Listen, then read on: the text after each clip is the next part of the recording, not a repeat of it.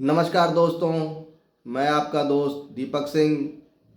जैसा कि आप जानते हैं, कुछ असामाजिक तत्व हमारे पंजाब का माहौल ख़राब करना चाहते हैं, मगर हम ऐसा हरगिज़ होने नहीं देंगे। पंजाब वो धरती है जिसे सोने की चिड़िया कहा जाता है और ये भारत का एक अभिन्न हिस्सा है। पंजाब, बिहार, बंगाल, उत्तर प्रदेश, आपका राजस्थान, गुजरात, हिमाचल प्रदेश, ये सब एक ही गुलदस्ते के अनेक गुल हैं। ये जब जुड़ता है तब एक देश भारत बनता है और भारत पे किसी की बुरी नज़र पड़ने नहीं देंगे।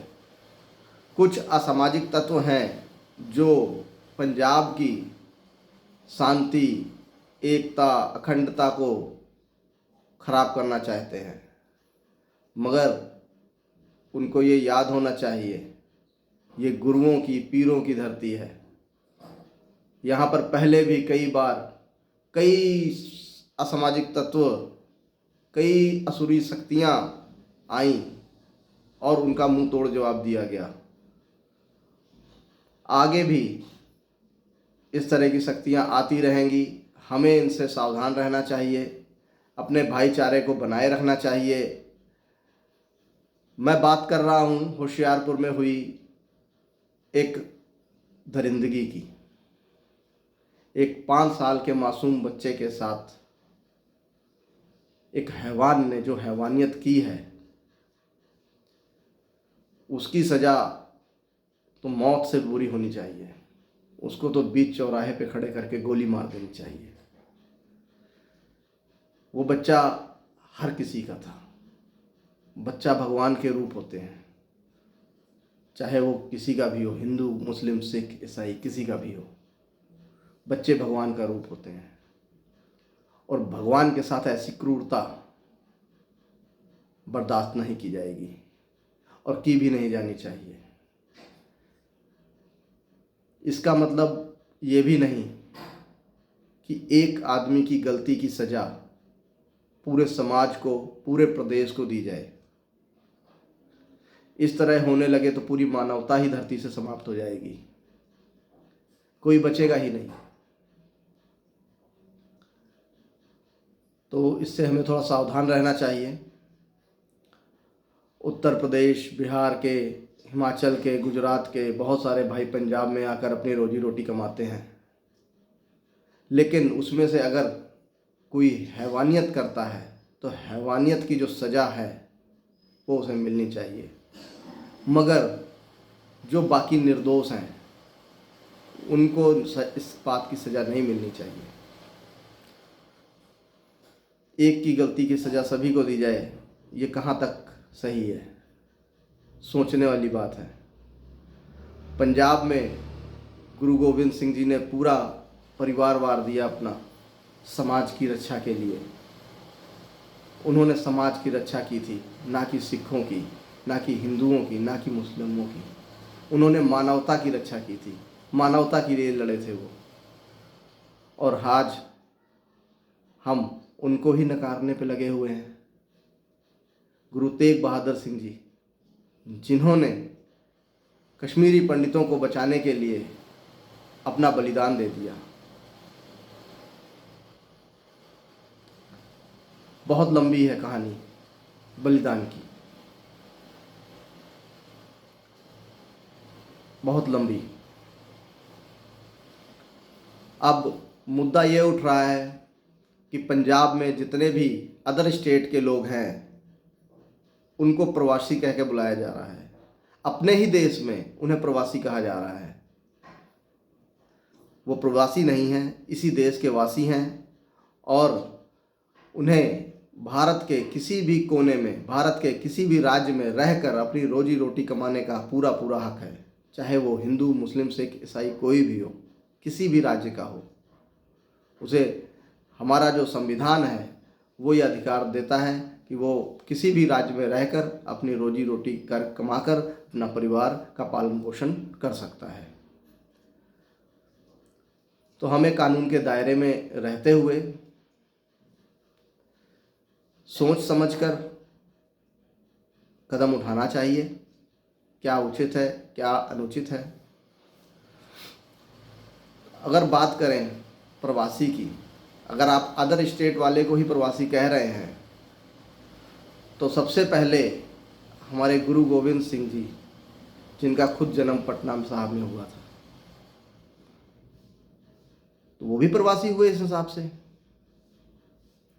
ये जो कुछ असामाजिक तत्व हैं ना, इन्होंने केवल माहौल खराब करना है, अब आपसी भाईचारा खराब करना है। इससे हमें बच के रहना चाहिए, इससे हमें बचना पड़ेगा, चाहे वो हिंदू हों सिख हों, इससे बचना पड़ेगा। समझना पड़ेगा कि कोई ताकत हमें लड़ाने की कोशिश कर रही है और उसमें अपना फ़ायदा उठाने की कोशिश कर रही है। इससे थोड़ा सा बचना ज़रूरी है। अब बात करते हैं प्रवासी की। तो गुरु गोविंद सिंह जी ने जब खालसा पंथ की स्थापना की थी, तो 5 प्यारों को अमृत छकाया था, उनसे शीश का दान मांगा था। उन 5 प्यारों में से केवल एक भाई दया सिंह जी लाहौर के थे, जो कि उस टाइम पे पंजाब का ही हिस्सा था, एक पंजाब से थे, और बाकी 4 वो अदर स्टेट से थे। भाई दया सिंह जी लाहौर से थे, भाई धर्म सिंह जी उत्तर प्रदेश से थे, भाई हिम्मत सिंह जी उड़ीसा से थे, भाई मोहकम सिंह जी गुजरात से थे, और भाई साहेब सिंह जी कर्नाटक से थे। गुरु गोविंद सिंह जी ने तो ये भेद नहीं किया कि हमने 5 प्यारे पंजाब से ही बनाने हैं। उन्होंने तो पूरे भारत को एक घर, अपना घर समझ के चले। वो आज वो कौन से पंजाबी हैं, कौन से सिख हैं जिनकी बुद्धि इतनी छोटी हो गई है, जिनकी सोच इतनी छोटी हो गई है।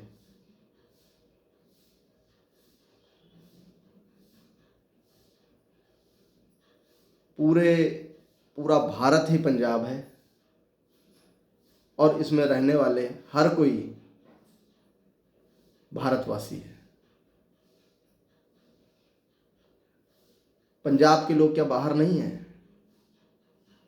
यूपी में नहीं है कि बिहार में नहीं है, गुजरात में नहीं है, महाराष्ट्र में नहीं है, कर्नाटक में नहीं है, उड़ीसा में नहीं है, हिमाचल में नहीं है, कहाँ नहीं है? तो क्या वो प्रवासी हो गए? वो इसी देश के वासी हैं। उसी तरह जो अदर स्टेट से पंजाब में आए हुए हैं, वो भी इसी देश के वासी हैं। और मेरा उन पंजाबी भाइयों से एक रिक्वेस्ट है, एक निवेदन है कि जो ये बाहरी शक्तियाँ बरगला रही हैं, अपना भाईचारा खराब करने की कोशिश कर रही हैं, इनसे थोड़ा सा सावधान रहिए। हम सब भाई भाई हैं। अगर एक ने गलती करी है तो उसकी सज़ा, कड़ी से कड़ी सज़ा उसको मिलनी चाहिए। वो इस समाज में रहने काबिल नहीं है, उसको सजाए मौत से कम सज़ा नहीं मिलनी चाहिए।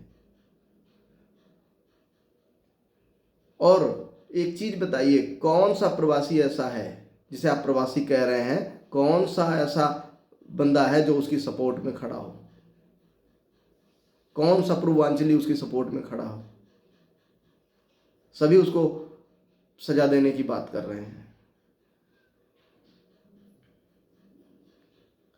तो हमें इस बात को समझना चाहिए और इस मैसेज को हर जगह पहुंचाना ज़रूरी है कि कुछ ताकतें हमें लड़ाने की कोशिश कर रही हैं और इस पे अपना फ़ायदा उठाना चाहती हैं, जो कि हम हरगिज़ होने नहीं देंगे। हमें एक होकर रहना है, आगे भी एक होकर रहते आए हैं। ज़्यादा कुछ ना कहते हुए मैं बस यही कहूँगा दोस्तों, इस वीडियो को ज़्यादा से ज़्यादा शेयर करिए अपने भाइयों तक। और जो ये बाहरी ताकतों ने हमारे दिमाग में कुछ गलत विचारधारणा बना ली है, उसको ख़त्म करने की ज़रूरत है। दोस्तों, इस वीडियो को ज़्यादा से ज़्यादा शेयर करिए ताकि लोगों तक पहुंच सके मेरी बातें, और लोग आगे आएं, आगे आकर इस तरह की विचारधारा के लोगों को रोकें, उन पे कड़ी से कड़ी कार्रवाई करे प्रशासन, ताकि ये सब जो हो रहा है माहौल ख़राब पंजाब का, वो ना हो।